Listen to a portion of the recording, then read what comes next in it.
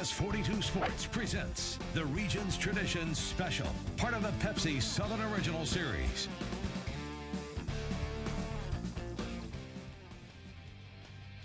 It's the season's first major on the PGA Tour. Champions going 3 years strong at Greystone Country Club, but weather looms today through the weekend. Will we catch a break? Nothing could put a damper on things this morning, though. We saw massive crowds for the Celebrity Pro-Am. Every big name in SEC football was out there. That's what you expect when you're in the heart of college football in the South Birmingham, Alabama. And glad to have you with us on our special. I'm Chris Bree. Simone Eli covering the Auburn angle. Gus Malzahn, we'll get to her live. Chris Wrinkle covering the Alabama and Nick Saban angle. We'll get to him live as well. But we start this show with some sad news to report to you. Mike Slive, the SEC commissioner for 13 years, has passed away at the age of 77. He brought the conference to new heights. 14 teams with the liking of A&M and Missouri helped create the SEC network, oversaw 75 national titles in 17 sports during his 13 years. Slive, again, passes away at the age of 77, a revolutionary for modern-day SEC. And the SEC tweeted out the news in the last 30 minutes saying, "It is with a heavy heart that we announce the passing of our friend and former commissioner Mike Slive. His impact was felt far beyond the footprint of the SEC. His presence will be missed." We just talked to Greg Sankey, the current SEC commissioner. We will hear from him, his thoughts coming up tonight at 10 o'clock. All right, switching back to the course. All eyes are on the weather. What is going to happen this weekend? We caught a break today. We did. Nate Harrington out there in the studio. Please give us some good news from tonight to Sunday, perhaps. Well, you're going to hopefully try to catch more breaks because we're going to have a lot of showers and thunderstorms around for the next couple of days, but we've got our fingers crossed. You did miss a pretty big thunderstorm just to your west, about 10 miles to your west. That's the look at the radar at Greystone. You're all dry, thank goodness, but the forecast calls for more scattered showers around, warm and humid otherwise. Let's cross our fingers. It does look like things dry out just a bit Friday and Saturday, but still more showers around tomorrow and for Sunday. Chris, back to you out there. And a wet course is going to mean scoring position is going to be prime. And you saw back in 1997 when Augusta got terrorized by Tiger Woods, they had to, quote, tiger-proof the golf course. Well, last year, Bernhard Langer came to Greystone, and now they're talking about Langer-proofing this course because he was that good. He was already with the target on his back winning in 2016. Thinking 20 under par was impossible. 7,200 yards is a very long course on this tour. Langer not only got to 20 under, had a chance at 21, and even at age 60, he's 10 years older than all these young guns coming on tour at age 50, so he's got to adapt his game to that, right? I don't adapt to them. I just play my own game. I know I can't hit it as far as some of the guys out here, some of the younger guys that are coming out, so I just got to get the most out of my own game and analyze where can I be better, or where are my weaknesses, and work on those. Well, today in the Pro-Am, it was two peas in a pod. It was Nick Saban and it was Bernhard Langer playing together this morning at 9 a.m. Both of them, Chris Wrinkle bringing you in here live, very meticulous. Langer, course prep is unmatched. Nick Saban, game prep is also unmatched. Yeah, talk about a match made in heaven on the golf course. You have the national champ and the two-time regions champ, and it was just a perfect personality, as you said. And you could tell where Langer and Saban were the entire day, partially because of the giant crowd that was walking around with Nick Saban trying to get autographs. Kids everywhere. Everyone knew where they were at all times. And here's the thing, Nick Saban, he golfs a lot, and we all know he's fairly good at it, but he'll admit to you, he doesn't think he's very good because he doesn't play all the time. He's kind of busy coaching a football team. But upon further review with some of the guys who really know, they say Saban's no slouch on the golf course. Being around him, see how he treats his fans, and it was great. I had a wonderful time, and the other three guys were a lot of fun to be with as well. Well, we're glad to be here. We're very supportive of this event. I think it's great for Birmingham, it's great for Alabama, and it's great for children, so this is something that we all really enjoy doing. I played a lot of golf with Nick and coached him a little bit, but he's got the greatest coach in the world, Jay Sewell, the Alabama men's golf coach. He always says, well, I don't ever play, I work all the time, and then Jay will say, oh yeah, he'll call me on the way home and stop off at the Jerry Pate Golf Center, and then he'll sneak over there and hit some shots and then come out and I'll watch him play. Nick is a very, very good player. He's better than he gives himself credit for. I need all the help I get. You got to be an athlete first, and I guess I'm, second level at best. He's actually very good. He's quite powerful for his age. He's in the mid-60s. Still makes a full shoulder turn, which many 60-year-olds don't. He shot even par somewhere a few months ago before the start of last season. I guess it was about a year ago. So that's pretty impressive for somebody that doesn't play on a regular basis.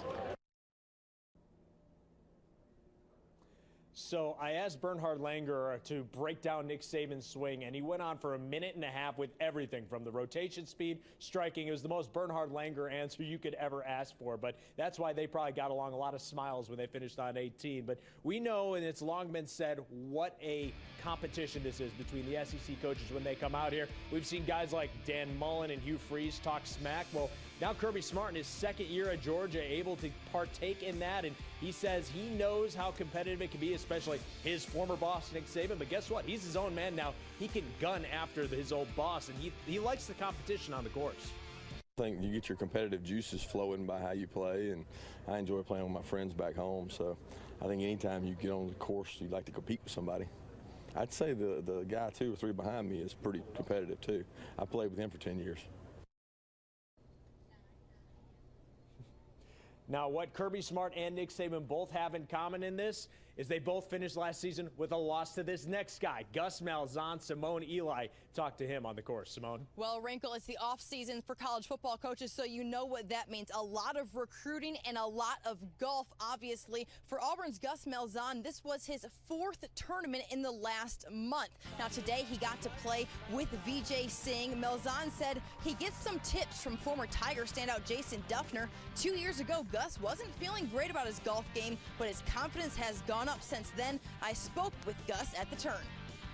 Here with Coach Gus Malzahn. Coach, just what's it like out here today? It's hot, but it's a beautiful day for golf, huh? Yeah, it really is a beautiful day. Crowd's great. Hopefully the weather will hold up.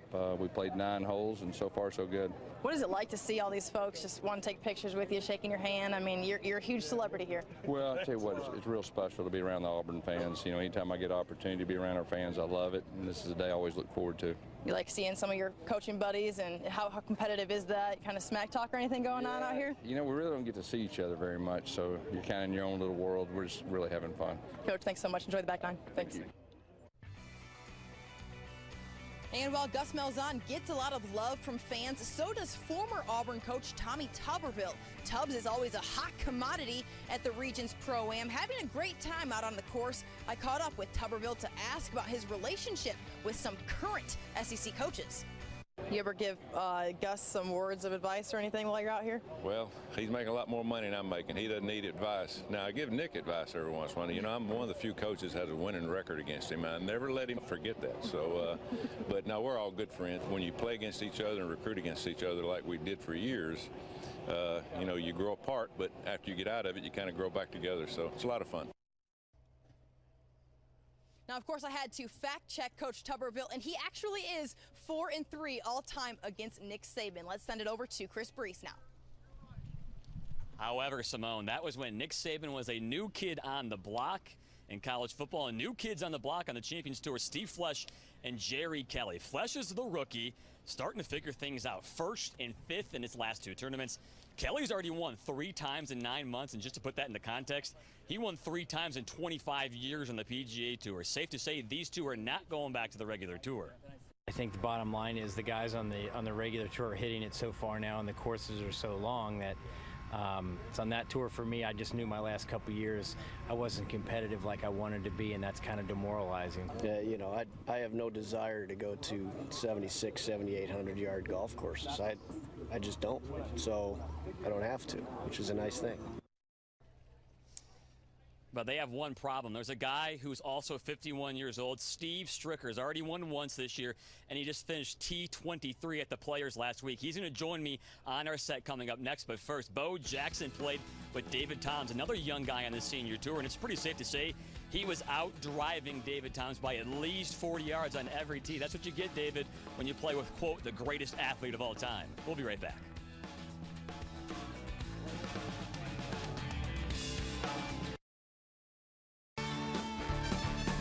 Watching the CBS 42 Regions Traditions Special, part of the Pepsi Southern Original Series. What One of the feature pairings out there this morning in the Pro-Am was Steve Stricker playing with Condoleezza Rice. And joining me now is Steve Stricker, second year on the PGA Tour Champions.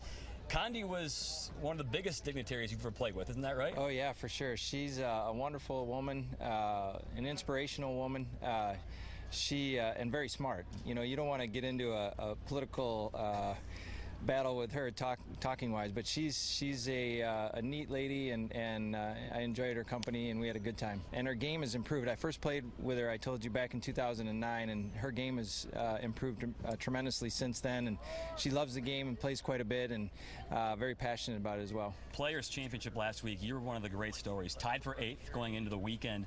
Tied 23 finish. How good is it to feel? Is it vindication? Do you even need that to say, hey, I can compete on the tour?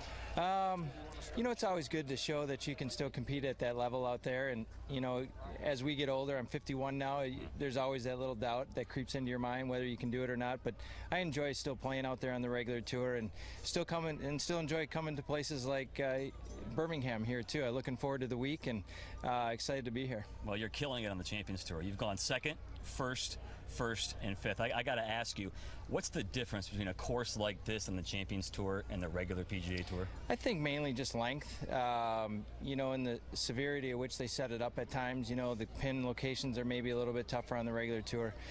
Length for sure is a little bit longer on the regular tour. But this course here is a good one. It's playing extremely well. It's in great shape.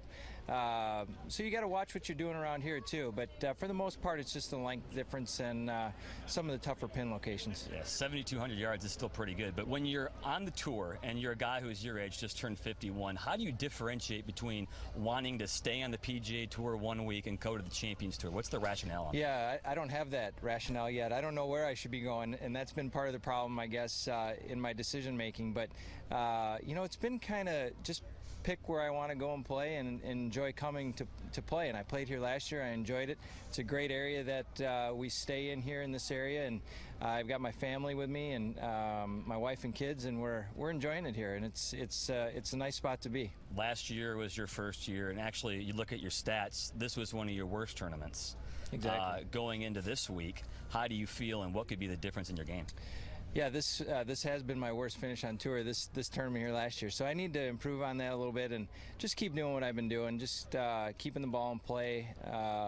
Haven't been putting the greatest of late, so hopefully that comes around this weekend. But just keep doing what I'm doing and hopefully get some more putts to fall. Well, he's going to be one of the favorites, no doubt. Steve Stricker, thanks for taking the time. Thank you. Thanks for having me. So they say the Players is the hardest course in golf, the hardest test in golf with the field. If that's true, Steve Stricker now comes to the Regions, and that is the hardest test on the Senior Tour. 16 former major champions are here, and Stricker's not even one of them. They're as old as 1989 Mark Calcavecchia and as new as 2004 Todd Hamilton. It's just it's a new chance. It's a new lease on life, so to speak. It's a great place to play. You know, guys are coming off the tour. They're coming off the tour.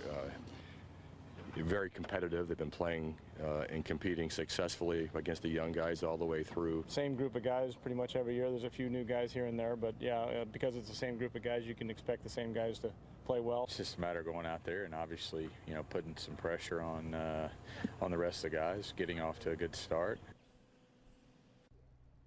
Now, those players may be past their prime, but they're still good golfers. You could say the same thing about the next story. Past their prime, yes, but they can still sling a football around. They're on the golf course, though, today. We fouled around the, quote, Alabama Four. 4 former Alabama quarterbacks playing with Jerry Pate. It's all coming up next.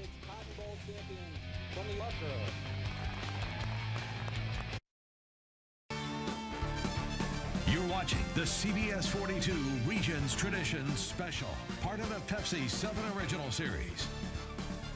You had to bring this up. 12? Yeah, 12. I've only hit, I think that was my 4th, maybe 5th out-of-bounds ball in my career, counting both tours for almost 30 years. Yeah, they say to be a good athlete, you got to have a short memory. Well, Fred Funk definitely hasn't forgotten his out-of-bounds shot. They led to a triple bogey and took him out of last year's Regions tradition. But he's going to have a chance to put it behind him and do better this year, obviously. And the guy that Fred Funk was with, athletic director of the Alabama Crimson Tide, Greg Byrne. And Funk got a first-hand look at what happens when Greg Byrne's trying to make a deal, because the big news of the day wasn't the tradition. It was the football series that Alabama and Texas announced. It is a home-and-home, beginning with Alabama going to Austin, Texas in 2022, and then coming to Bryant-Denny Stadium in 2023. And Byrne says he was hard at work on the course, but it was a deal well struck. Doing non-conference scheduling out on the course today and announced the Texas deal. But no, that was a big get for our program to have Texas come in and come to Bryant-Denny Stadium in the future. I think, you know, we're looking at, and I said it publicly, and coaches too, that we were looking at some home and homes, and now we have Texas locked up. We've got Notre Dame locked up, and that's a good thing for Alabama football. It's a good thing for our community and our state, and I think our fans will be really excited about those down the road. So that was a lot of Roll Tides. Obviously, Greg Byrne, Nick Saban, but also what they called the Crimson Four. 5 guys all going to Alabama. There was Jerry Pate, the pro, and then 4 quarterbacks. Greg McElroy, you had John Parker Wilson, Brody Croyle, as well as Jay Barker. Between them, a couple national championships, countless touchdowns and yards, and one fun day of playing golf. Greg McElroy. It's fun until it gets competitive, and then, you know, everybody wants to hit the best shot and do the best thing, but, you know, it's a lot of fun. It's just a lot of like-hearted, like-minded guys kind of coming out here and doing something that none of us are really good at. Golf runs tight with football players at Alabama and football coaches. You know, Stabler was a golfer, Namath was a golfer, Richard Todd, a lot of these guys. Derek Thomas, God bless him, he's passed away, but he was a golfer, so we had a lot of good golfers. He's good at giving pointers. We're just not good at taking the advice. But, you know, it was fun to get to play with Greg and get to play with John Parker. We kind of overlapped while we were there, and then known Jay for a long time. So it was a lot of fun. Brody played well. Brody's got a really good golf swing. Really, the guys are good players, and you can tell they're very coachable and they're great athletes.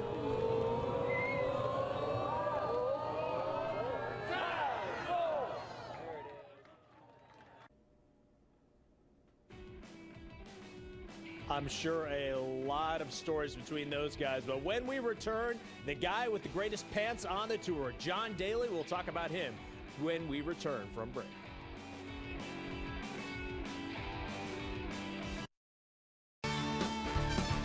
You're watching the CBS 42 Regions Traditions Special, part of the Pepsi 7 Original Series. Well, one guy who never goes unnoticed is John Daly, whether it's something he says, but normally it's usually something that he wears. And today it was his pants. It was all business up top, but party on the bottom for Daly. Quite the colorful pants.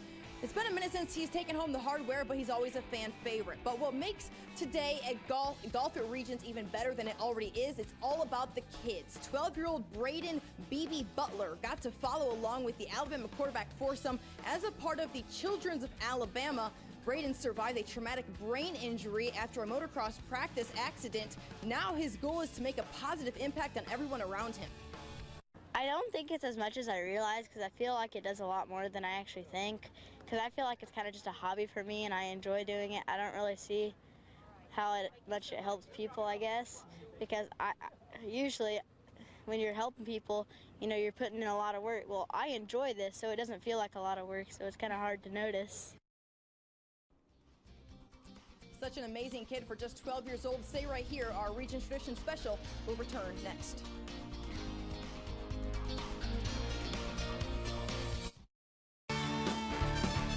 You're watching the CBS 42 Regions Traditions Special, part of the Pepsi 7 Original Series. If you've been a fan of the U.S. Ryder Cup team over the years, this duo will send shivers down your spine. The Spanish sensations, Jose Maria Olazabal and Miguel Angel Jimenez. They were on the driving range yesterday, went all the way back to the edge for a contest. Who can go the furthest? They both went over the fence. They will be a force to be reckoned with at the tournament this weekend. We will see you out here all weekend long on CBS 42.